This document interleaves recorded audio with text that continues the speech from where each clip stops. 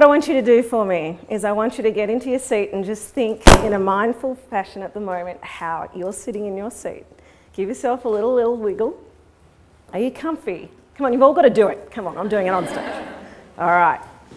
I want to ask you something and I want you to think about this. Do you fit that seat? Do you fit in that seat? Yeah? Nah, thank you. Okay, the legs are too short. Perhaps the sides are a little digging into your hips there. Maybe the guys have got their legs out spread a little bit. Maybe the girls are feeling a bit awkward. But does it fit? And that's one of the key things that I want to talk to you about today. I didn't fit the school model. I was educated in the private school sector. That was my parents' choice. And one of the things that was asked of me last night was, what was one of those profound things that you did at school? And I thought, ooh, okay. Well, I loved art, and I'm now an art teacher and media teacher and history teacher. I love that part of humanities and art. I do that for my living now. But what was the profound thing at school that stood out for me? And I thought about it, and I thought, in year 11, there was an 8-week course, and they offered a whole different range of things. Now, to me, they were kind of random. So I went through the list, okay? And when I got to the 3 key things that I wanted, I thought, all right, beautiful. I'm going to choose one of these. So one of them I considered was cake decorating.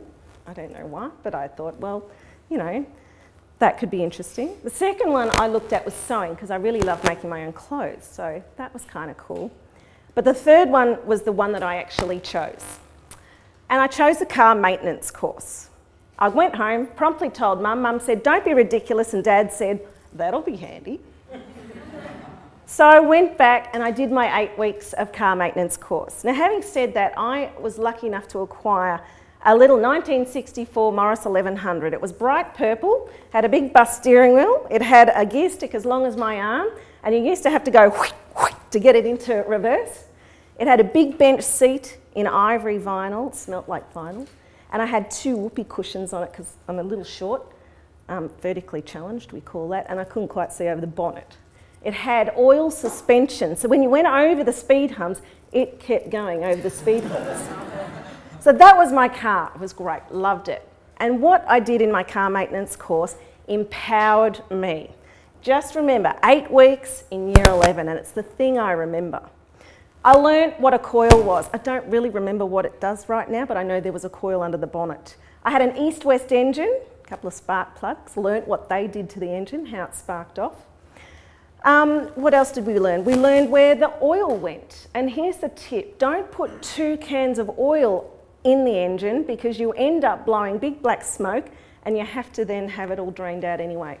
That's not an option. And I learnt how to change the tyre of my car. So I used to back my car out on weekends and I used to jack it up and practice changing the tyre of my car. I was so empowered and I was so proud as a 17-year-old female to know how my car kind of worked. So that was one of the key things when I was asked, what was it about school that you actually remember? 2 things really. I remember art, because I love that, and I remember that course. And that's one of the reasons that I think that I actually resonate with what I'm going to talk to you about today. Having done my HSC back then, and that starts to tell my age, I went into the decorating industry and became a kitchen designer by trade. I'm a professional artist as well, and I do the odd commission here and there, but because it's so passionate and emotional for me, I don't often sell a lot of my work, and that's my choice. So, as you can see by the quote that I've got there, we think about programs in our colleges, perhaps they're just suited more to a certain type of student or individual, rather than looking at a whole cohort. So, I was to say it was a couple of years ago I met somebody, actually I was working as an intern at Bentley Secondary and Bill was there. I got to see the forest planting, it was really cool, so I'm glad to actually see it now. And there was an acting principal there and he had a look at types of work that I was actually doing with the kids and he said, you have a point of difference. And I said, well, thank you very much. But I actually attribute that to my skills in industry prior to coming into teaching. So teaching has been my second career round.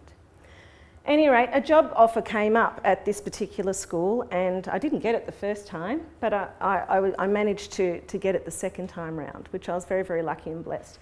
And when I entered this college, I realised there was a massive point of difference. In our college, we have a demographic area whereby we have students that have lots of difficulties, lots of family issues, trauma, background. They come with a swag of problems. Our school is located down in the Frankston area, so already there's names that come up when you think of Frankston, you know, Afghanistan and Franga. You all know them. And sadly, that's not what the whole cohort of our kids are. We have the extremes. We have kids from quite wealthy families. We have kids from families who have absolutely nothing, who don't know where they're going to go home and sleep for that night. Coming from where I came from, I didn't really understand that demographic very, very well, and it's taken a long time for me to connect and work with our wellbeing team to be able to fully understand what the idea is with that culture. And I talk about generational poverty, and I'll bring that word in. I was introduced to some YouTube clips from Ruby Payne, who talks about generational poverty and how that affects students. And it might be that your student comes in the door and they've actually got to school. They've looked after their younger sibling when they were home. Their parent or carer might be actually drug addicted and affected by that. You have a teenage girl who's blossoming in every way, and all of a sudden her uniform doesn't fit. So she puts on a t-shirt underneath her uniform with a couple of the buttons undone. You know, you stand at the gate waiting for students to come in the door, and you're on uniform patrol, and all of a sudden you've got to say, you're out of uniform. But you don't realise the context of what that girl's got to get her foot in the door. And when I arrived at McClelland, they had issues on absences.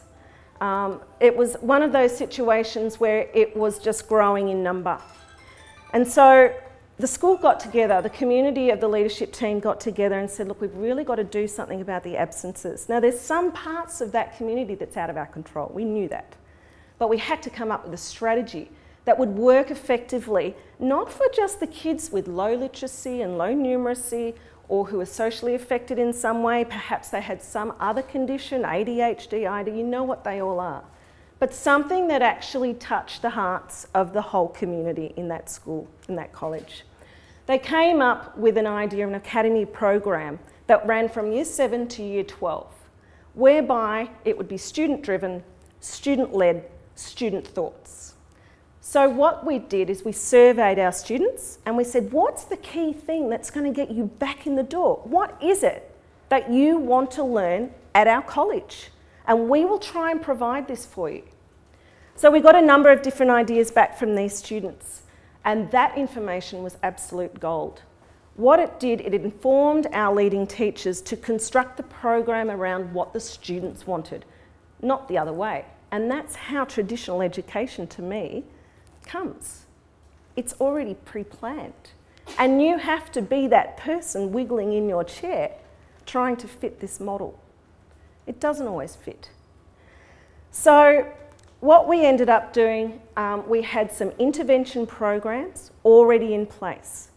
We have a wellbeing team of a psychologist, and we have resident counsellors, or trainee counsellors I should say, from universities that work extensively with these kids.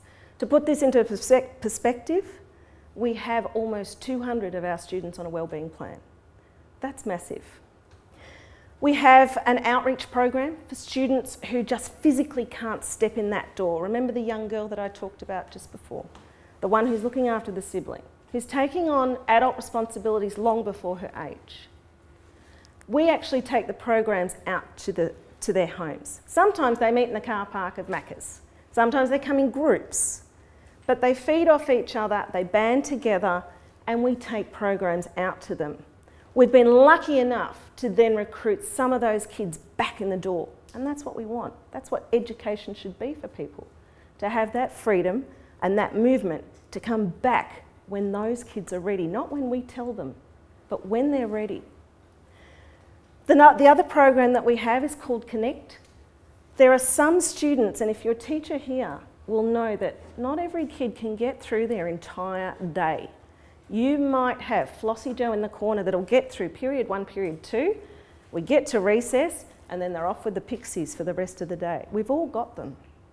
You know, for this sort of student, we've got what we call Connect.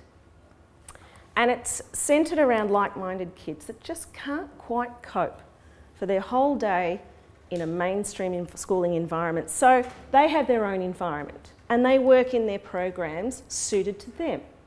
So it's not really about literacy and numeracy levels in a sense, it's about what they can physically and mentally learn at the time, and the coordinators in that program take their learning also out into the community and within the school environment. So they structure their program according to those students. Our fourth program that we have there is a hands-on learning. I love hands-on learning. It's this extra section down in the back end of the school, and it's got its own hands-on learning hut. And it was built by the school community itself. We got a little bit of funding, not quite so much as Bill's. So I'm listening to your funding, Bill, and I'm like, oh, okay. But they've got their own little hut. They have morning tea and lunch together. They all bring platters.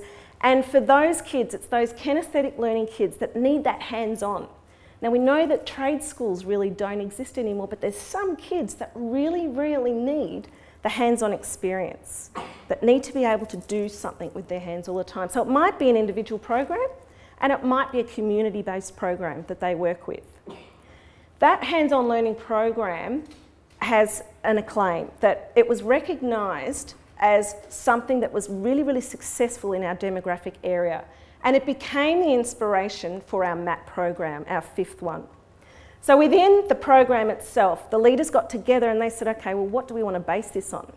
Now, working in industry, you walk in and you work for a company and they have some sort of mission statement, you know, and you work by that ethos. Everything that you do to your client or that you produce in some way, your skill, whatever it be, is under that banner, under that ethos. So our college values were community, ownership, and growth. And that is the model by which our MAP program takes hold. And it gives an opportunity too for us to pull that idea and element back to every single student that walks in our door. To do this program though, we had to think differently as a teacher. Teacher creates curriculum, delivers it in some way, students receive. That's not the model that works for this program. We have to actually step back, and if you can imagine yourselves as conductors, and you are my orchestra, and I'm just standing there and I'm conducting, that's what this facilitator needed to be in this program for it to be successful. It's not about what we want to tell these kids or what we want to teach. It's about the way that we can direct them and further their learning and their skills. So they got to choose in a MAP program. So it might be we had set up about 20 different MAPs to start with. We had visual art, we had design media. So those were the two MAPs that I worked in. We had the bake-off, we had young Einsteins, we had maths MAP, we had working in the environment, we have global citizen, working in the media. We had numerous different sports MAP, and the sports area actually has just taken off. I think we're up to about six different types of sports MAP now, including AFL. It's just grown and grown and grown. Interestingly, the MAPs that are successful are the ones that are purely student-driven, not teacher-driven. And it's very interesting when we look at the impact and how the program has evolved. It's one of the key things that are coming out in the success of the program. The students were opting in to each individual MAP, and from there they take their passion. They learn that key thing, like the car maintenance course, that they want to learn, not what we want to teach them. So it was a really, really huge difference and a huge shift and change from curriculum-driven teaching. The vertical structure, as you can see up here, we've got some gorgeous kids. They work from year 7 to 12. Now, we had a few ideas about, oh, well, what's going to happen if we've got some bullying issues or that idea of perhaps exclusion from the young year 7s coming into working with older kids. If you go into primary school though, when your primary school preps arrive, they are equipped with a buddy, aren't they? And often it's a grade 5 or a grade 6 kid. What happens in that relationship? Think about it just for a second. Does it empower that younger child? Because they know somebody in that environment older than them. And what was actually happening is that it opened up two opportunities. It opened up opportunities for that Year 7 child to feel secure and safe in their enormously big secondary school because they saw the people they were working with in the program. They'd say "G'day" out in the playground. That was nice. And what it opened up for the other end is leadership roles. And our Year 11 and Year 12 students flourished. And it was just the same setup as a buddy system within primary school, and it still works. It's a key factor in this program as well. I have to tell you about a student that I worked with. Gorgeous kid, beautiful Nick. I love him. I wish I could wrap him up and bottle him. He's gorgeous. Nick worked in the visual art and design media map. Nick was a kind of eccentric student. I have his permission to tell his story, by the way, and his name is Nick, so I won't forget it. And he worked in my program. He came in as a Year 8 student, and Nick had a passion. Nick said to me one day when I was conversing with him, I said, "What's your passion? What do you want to do? What do you want to say to the world? What do you want to learn?" And he said, "All right, this is it." I said, "Okay." He said, "I want to tell the world that it is ridiculous that video game violence causes actual violence in the real world." Okay, good. I like the concept. It's big, it's huge, it's broad. I said, "Well, how are you going to do that, Nick?" And he said, "I'm going to make a film." Ever made a film before, Nick? No. Right. Okay, so we've got a bit of work to do. Now remember, this program goes for the whole course of the year. We structure it in 2 semesters. So Nick had a while to work on his program. Any rate, so through the course of the semester, he was working diligently and whatnot. And at the end of the semester in visual arts and media design, we were having an expo. And the expo was not just to show off the end product. That was not what it was about. But it might have been also to workshop, to show little skills, things that kids had actually learned. It was so valuable to these kids. And these kids had never had that type of presence before, that exposure. And so some of them were really nervous, some of them were really proud. Anyway, getting back to Nick, he'd created this film. And as a media teacher, anything that comes out of our media classes or anything else, I have to have a look at and make sure it's responsible filmmaking. So of course, video game violence, you can already imagine some of the issues that might come up with the footage that the lovely Nick might have put up on the screen. So I'm watching this thing and I'm thinking, oh gosh, okay, all right. So all I could do while I'm watching this thing, thinking about when it's going to be shown at the expo, is the poor little 5-year-old looking up at a big screen of heads blown off and arms going everywhere and all the rest of it. And I said, "Nick, you haven't quite met a classification model. You need to turn it down, son." And at any rate, Nick was the sort of student who didn't like change a lot. And so there was a lot of thumping on the table and hands in his head and all sorts of things. And he stormed out of the room that lesson. And he came back the next lesson and he said, "Miss, I've changed it." I said, "Nick, I'm really proud. That's actually a step up. That's responsible filmmaking. That's listening to your facilitator and doing something about it." So that's great. There was a lot of growth in that. Anyway, the expo comes along and we kick off at 5 o'clock and the doors were open.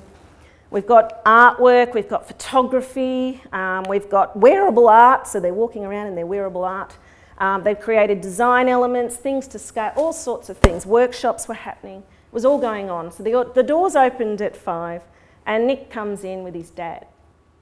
And Nick wanders in, has a little look around and he sees that his film's being shown on the side. And he stands back and he's there with Dad and he's looking at this film. And it's it's huge on the side of the wall. His dad's standing there and it's a moment, a profound moment. You may have had one in your teaching practice where you will absolutely never ever forget it, ever. So I sort of hobbled back behind Nick and Nick and his dad are standing there still. And I thought, oh, being a nosy person I am, I was eavesdropping on what he was saying. And he didn't say anything, he was really silent. And I thought, oh no, this is not going well, poor Nick. At any rate, he stood back and the film finished. And he said an amazing thing. He said, "Well, Dad, I never thought I'd see a film of mine up on the big screen. And to me, I had tears. I then had to present a speech and I'm pulling myself together and I thought, this is what this program is all about. It's Nick's story. It's the fact that he's come from an idea, a concept, a passion, and he's been able to fully express that idea and passion in a form he never ever thought was possible. And I'm really, really proud that he took that step. And it will forever be a moment in my life, in my whole career so far, that I will never ever forget, that has touched me so much. It could be, in this program, it could be just small incremental stages. And we look at the idea of motivation as opposed to engagement. Engagement might mean that you are actively participating in something, but are you actually learning something? Motivation is different. Motivation is setting those small incremental goals, moving forward and forward and forward until you achieve what you need to achieve. Now, for some students, it might be just the skill of learning Photoshop, for example. And I'm using a lot of visual art because that's where I've come from. But it might also be something to enhance a further program, a further part of their VCE. And the MAP program allowed them to do that. So not only were we allowing them to support their own ideas, but we're also supporting learning from our various programs. Now, when I mentioned the other intervention programs before, none of those programs were excluded from this. Students are offered, come on into the MAP program for those 2 periods on a Wednesday and come and learn something that you want to learn. So if we look at the next thing, and as teachers we go, well, how do we assess it? And that was one of our key things. The program doesn't discriminate because we don't look at data. So it's very, very different. We have our 6 criteria up here. Have a look at them. Now put your industry hats on just for a second. How many of you have worked outside of education before? Hands up. Okay. Hands up at those who have actually employed outside of the education department before. Several of you. Have a look at that criteria again. In my industry, and from my experience, this is what I would employ. This is the stuff that bridges the gap from education into work placement.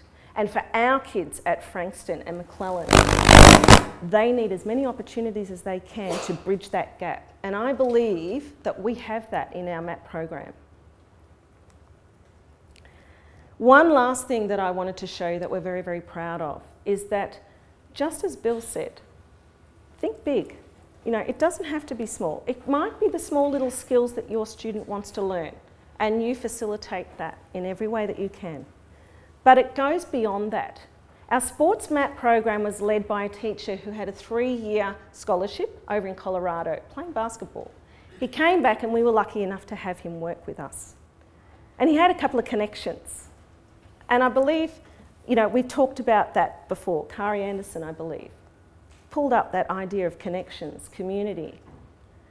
He had some connections and he said to his sports MAP, how about we create a community event? Because community, remember, in our college values, is part of what we want to do for this program. How about we make a community event, not just for us, but for the wider community, our primary schools that are local within the area. And so with his connection, he opened the door for these students. And these students made a connection back over to the US to a group called Break the Barriers. And they are a group of students with intellectual and physical disabilities, and they do a range and a number of different types of things. The college kids got together and they invited this group out from America. This is a first for this group too. So it actually married, you know, 2 things in one by inviting these people. They came out. The students then created all the promotions. They contacted the primary schools surrounding. They offered 25 tickets to each primary school for nothing to come out and see this group perform. Not only did it empower our kids to be something, you know, involved in something so big, but it involved our local community as well. And we're really, really proud of that. So we're looking at the impact of the program itself. How many of your programs are perfect? When we think about what we've heard so far, there's not a perfect program, but we're all striving for the same thing, aren't we? We'd love to have that perfect program, but I wonder whether we're aiming for something that might never happen. Some of the advantages of our program, though, we did increase our attendance, which is what we aim to set out to do. We now have students enrolling because they've heard about the MAP program, which we love and we're really, really proud of. We did evaluation surveys, and it came out that our Wednesdays, by far, were the most favourite days in a student's calendar week. Again, something that we're really proud of. We had staff focus and reflective surveys, and there's things that we need to tweak with all of that. And we actually had a PhD student come out and actually survey and work and immerse herself in our program, which we're really proud of. It's become part of her research and study. So I'm leaving you with the quote that's up on the screen. And I want to just reinforce the idea of what is healthy work practice, how does it actually fit, and how should life and education actually bridge that gap for these kids. Thank you very much.